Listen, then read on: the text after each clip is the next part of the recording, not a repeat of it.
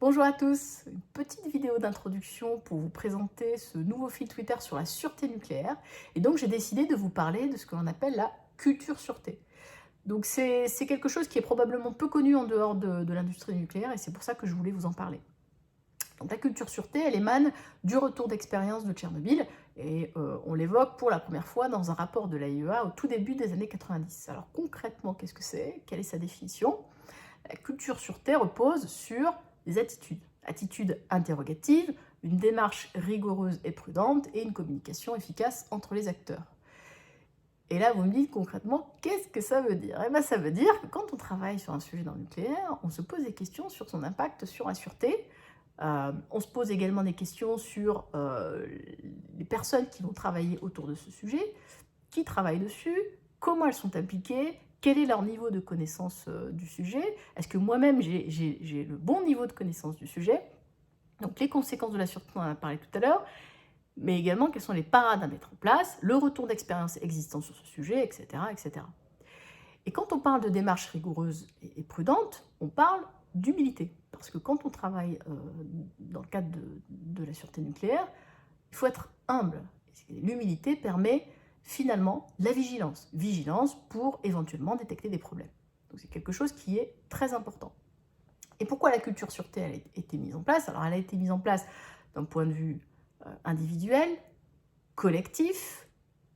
C'est quelque chose qui touche les agents, mais également le management, les dirigeants, la sous-traitance.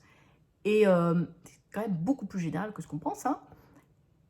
Et ça a été mis en place parce que, justement, après l'accident nucléaire de Tchernobyl, on a identifié le facteur humain comme une source d'erreur, factuelle pour le coup.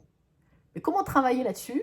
C'est justement en ayant le bon niveau de formation, le bon niveau d'implication de l'humain sur ces questions.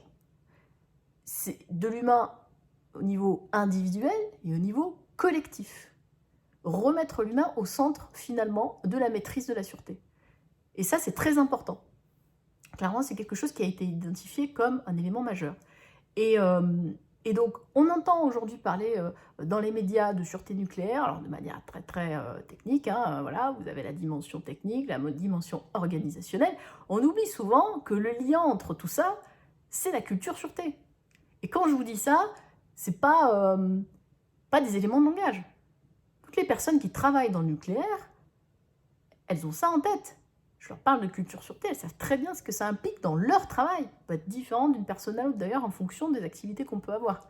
Et donc, je vous parle de concret là aujourd'hui, et je pense que voilà, c'est important que je vous le dise en vidéo, beaucoup plus facile pour moi qu'à l'écrit.